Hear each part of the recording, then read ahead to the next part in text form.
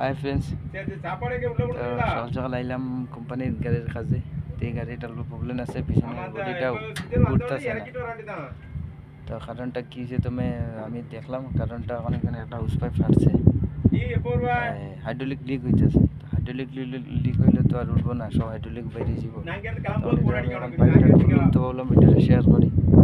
তখন এটা ওই দেখো আইসি আমি এখানে, তখন এটা আমি খুলবো, পাইপটা খুলে চেঞ্জ করবো। ভাবলাম তোমার কাছে ভিডিওটা শেয়ার করি, ভিডিওটা বেশি বেশি করে শেয়ার করিও। আর এই যে আমি এখন খুলবো পাইপটা, তো পাইপটা চেঞ্জ করলে বস পাইপটা ওই পাইপটাই লিক আছে। তো দেখো গাড়িটা এটা কোম্পানির পিছন সাইড, ভিডিওটা শেয়ার সাপোর্ট করিও। আর এখানে বেশি রুপিতে আজকে ভিডিওটা শেয়ার করিও।